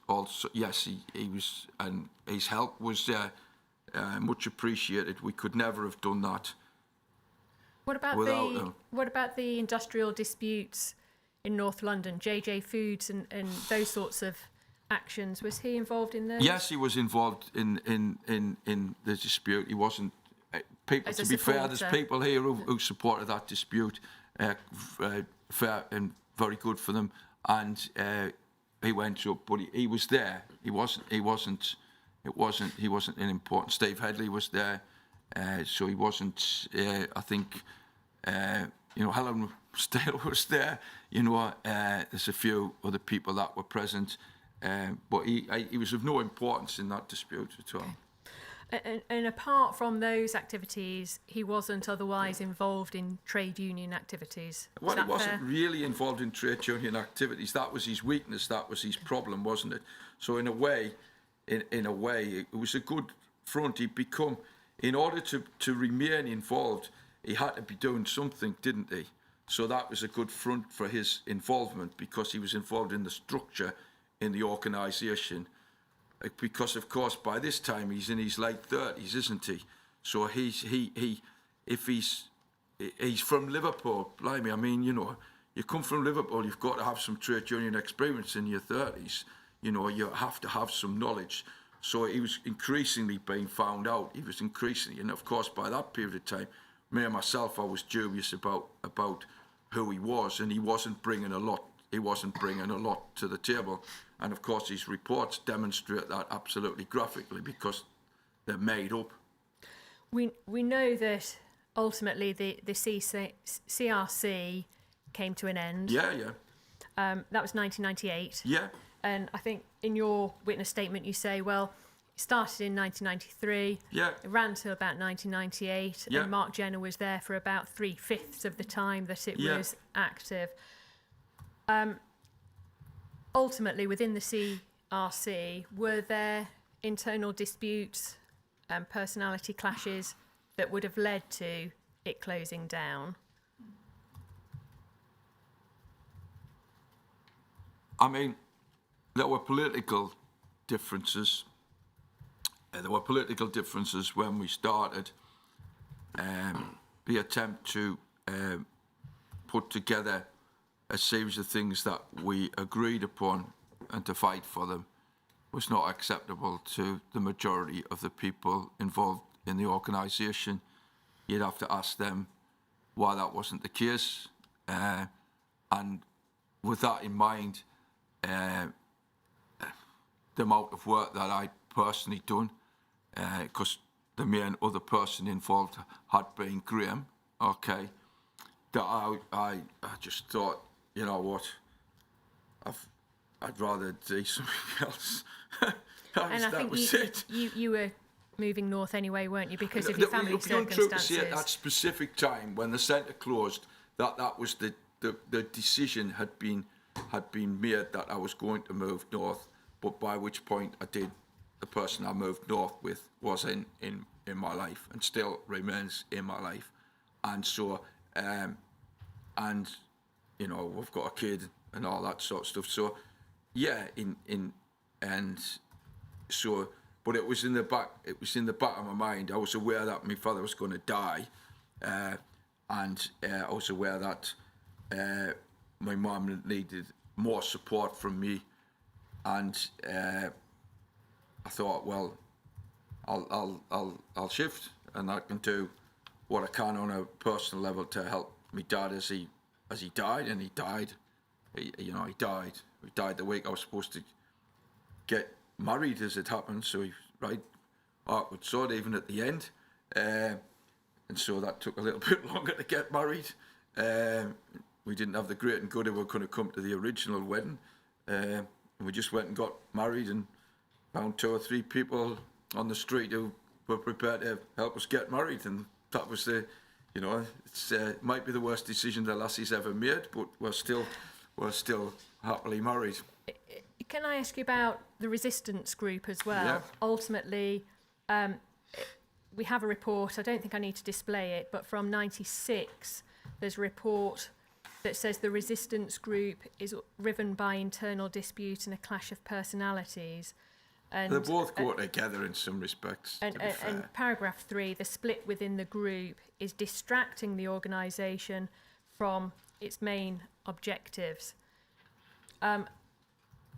How involved was Mark Jenner in terms of the disputes? Was there any sense that he was creating the disputes, was inflaming them, or was it all just a natural part of an organisation's I suppose the obvious question to course of life? reframe is that was, would we have continued to exist if Mark Cassidy had not come along? In my view, the answer to that must be no.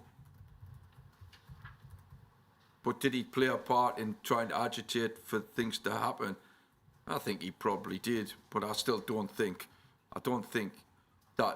that's the case. There's too many strong personalities involved with the people, including, you know, people in what would be described as the anarchists and other bits of stuff. So no, I don't think that would be the case. And to be fair, you know, I used just as the word anarchism is loosely described to myself. I'm putting people into pigeonholes which they probably, you know, they might tell me to bugger off if, you know, when they hear this, because I still do know a few people and other bits of stuff. So he wasn't influential enough, you're saying, to determine of course he was influential, but I mean far more influential was like the situation, you know, with what happened with Steve, for example. You know, that was a permanent and difficult situations, and although Steve's stuff sort of happened slightly afterwards, if that had been the situation, you know, we would have fallen out anyway. There's a totally different approach, and you know, my situation with Steve is that I disagreed strongly with what he did on the situation, but I still think he went on to be a pretty good trade union official who stood with his members when they actually needed him to stand with them, and ultimately that is the role of a trade union official, and he was ultimately elected by members. You know, he wasn't elected when he went to become a UCAT official. I was exceptionally angry that he'd gone with the very body that we had to oppose on behalf of Brian Higgins. My anger is I still feel angry about that. But in the other situations, fair play to him, the workers wanted him as their union rep, and ultimately, like I said, people stand and fall by if they're elected to these positions because the people in the organisations want them to elect them to those positions, and that has to be an absolute universal right that those in the working class trade union labour movement are elected. Can I ask you now about Alison? I'll get her name right. In his witness statement, at paragraph 212.5, Mark Jenner says that in the first couple of months of his deployment, he discovered he could not sustain the lifestyle required of his cover role by being in a flat on his own.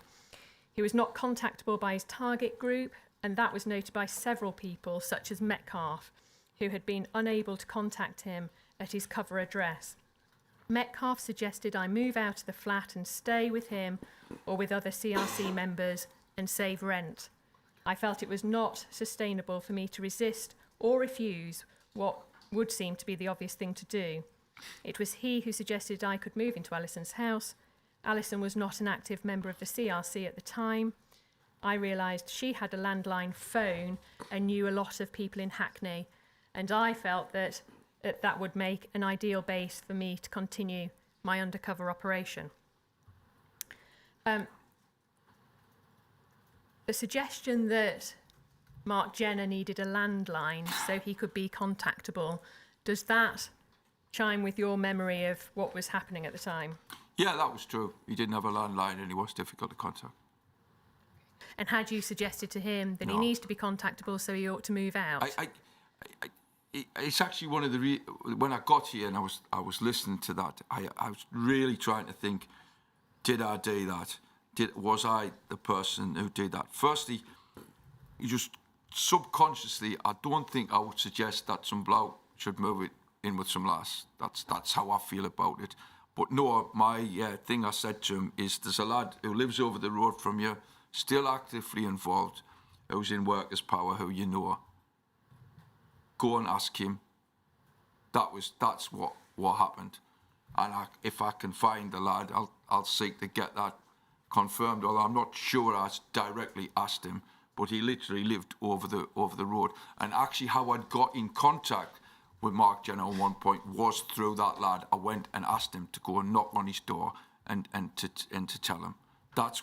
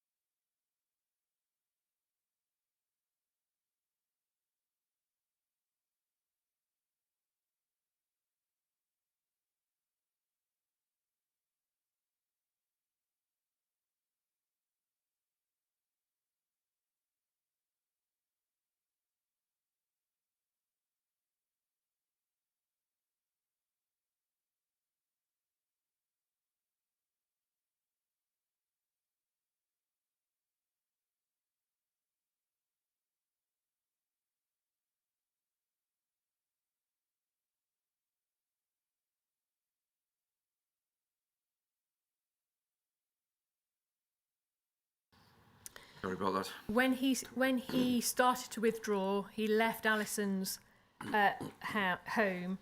You went to visit him in Luton, is that right? I don't think I did, to be fair. Now, in terms of what I've seen, I don't think I did.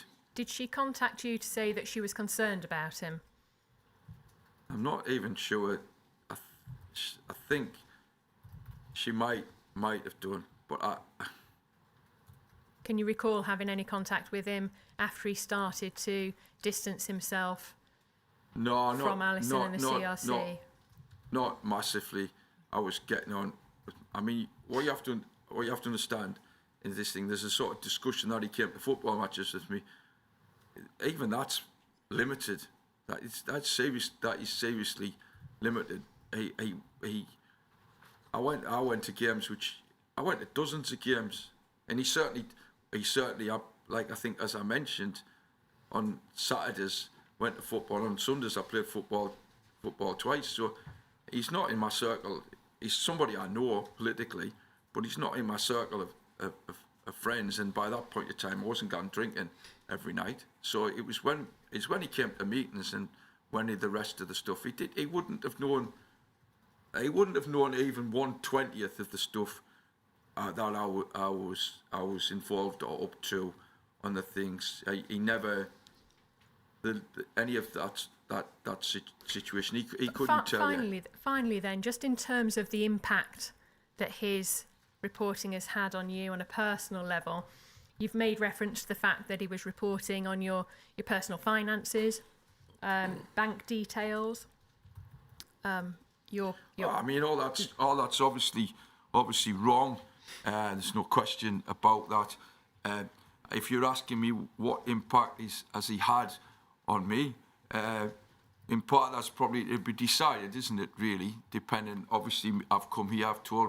I've told you what is the truth, and but of course, there's a possibility other people could use my politics in the past if they decided to. But him personally, I feel exceptionally distressed. Oh, come on. I feel angry and upset that I didn't spot him. I haven't said that when I had worked him out, by which time I didn't feel confident enough about speaking to Alison because he'd moved on to other people in organisations who were very hostile to me. And their hostility was based on the fact that I had political influences over the people who they wanted to politically influence. That's the hostility which came down to it. I think you've said that you accepted that you may have been reported on by the security service because of some of your politics. What I'm saying is I knew that I would be. I knew throughout this whole period of time. You cannot be involved. There's been a war going on in Ireland for hundreds of years, and that there's been massive security things. For 30 years, 30,000 troops were on the thing. The British state was not messing around in Ireland. You know, it was going to keep Ireland, and I knew that. There was never any doubt. I had no belief that my personal involvement would lead to the withdrawal of Britain from Ireland, but I felt that it was the right thing to be involved with. And that the situation was that the restrictive practices which were being engaged in Ireland would come to Britain and the right thing. I don't do things because I think that they're going to win. If I was doing that, I'd never be here. My nickname football-wise is doom and gloom because I'm always up and down about Sunderland. But my nickname politically is that I'm a constant optimist. I always believe that things will turn out, ultimately that we will win. Unfortunately, I've been wrong. You describe such reporting as Mark Jenner reported on you as a threat. It's largely fiction. You say in your witness statement it's a threat. Do you want to expand on that? It's a threat in the terms of the things that people could political opponents of mine could use that against me. That's a threat. Well, to be straight about that. That's a threat which is constant if you've been a socialist. That remains the situation, and it's more of a threat, obviously, to my wife and my burn in that respect, because I'm a big enough lad to look after myself in that way. And to be fair, lots of the people who do not share my politics do share lots of other things that I'm involved with. So at the football, for example, when me and Jim, we organised the campaign against Di Canio, and we got death threats from football fans, okay? But we also got support from people who were certainly not supportive of our stance on Di Canio. We got lots of support from them, and some of those people, if it was great for the football, would be on my side. So that's the case. But the lad who I know is a paratrooper who lives down the road would be on my side, because I can politically speak to that person and disagree with that person, whilst at the same time remaining friends with them. And so that's the basis that it's not done on the basis of that we agree on these things, but it is done on the basis that where possible I can engage in vigorous, determined, because I want to change his mind. I want to change people's minds. Those are all the questions I have for you. Is there anything in particular you want to say in addition to the chairman now? I'm minded that we do have to break to see if there are any more questions, Rule 10 questions, and any re-examination. There's not a lot I want to say, because obviously the questions are direct.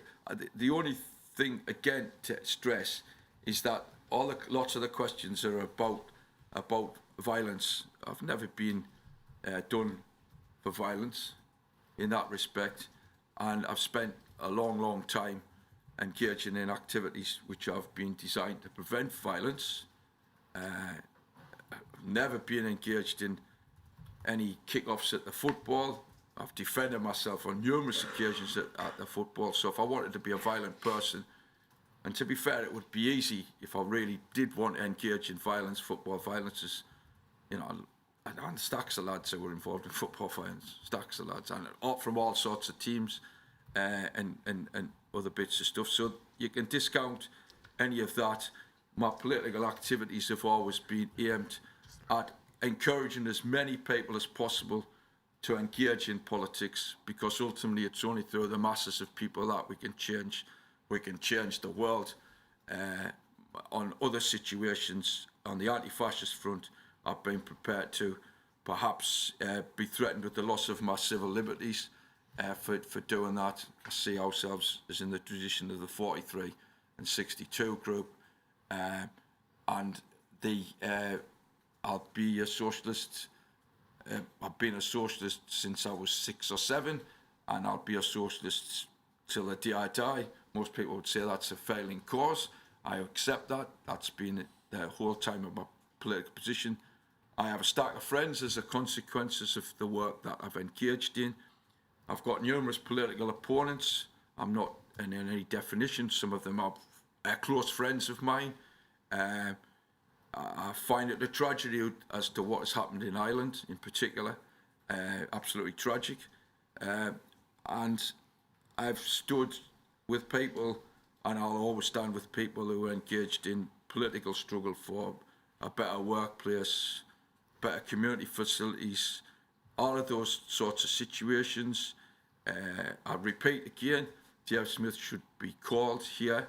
I feel, on this particular case, I feel very angry about what happened to Alison, and I feel very angry in general what's happened to all the lasses who've been involved. I think that's a tragedy. I think the taking of people's names also for to use their names to use, and I think is absolutely disgraceful. I'll condemn I don't expect anything from the Tories. I'll condemn without reservation those Labour MPs who have supported legislation which makes what happened to the women and the families more or less legalised.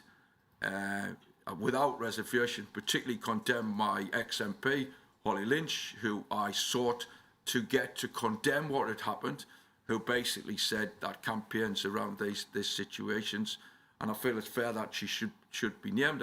I sought to do that. I sought to get the CLP to condemn it before I left, and I contend reservation without things that if these things are allowed to continue to take place. I'd like to praise all the people who've turned up to be brave enough to speak up and to do so.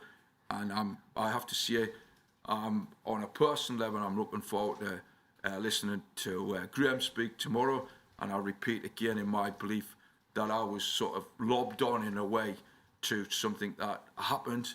As I mentioned before, Graham did a fantastic job defending the community, and so yeah, I'm looking forward to that. If there's he might not be looking forward to it himself, but I'm the work that HCDA in particular did and supporting the community was fantastic. Absolutely, utterly, absolutely fantastic, and prevented many more people being badly hurt or killed. And there's a long history of the working class being killed by the police in Hackney, and I'm delighted to know that that he's going to speak. And I've got nothing else to. I didn't think I've got anything. I was thinking of something to finish on the football, but I'm stumped for words now. So thanks for your time. Thank you, Ms Metcalf. We understand there are no Rule 10 questions, but there is some re-examination. Yes. Would you like to undertake that now? Can I have 5 minutes? Of course. Rise to 5 minutes. All rise.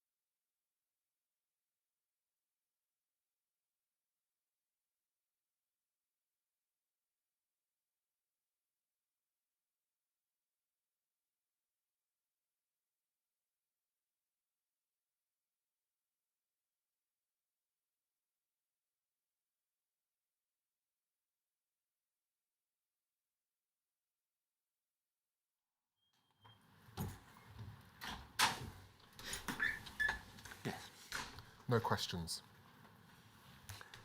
In that event, all that remains is for me to say thank you to you for intending to give oral evidence. As with every witness who gives evidence, it is of assistance to me that they do so, and I'm grateful to you. Thank you. Okay, cheers. Thank you. That you? That's it. Right, cheers. Thank you. All rise.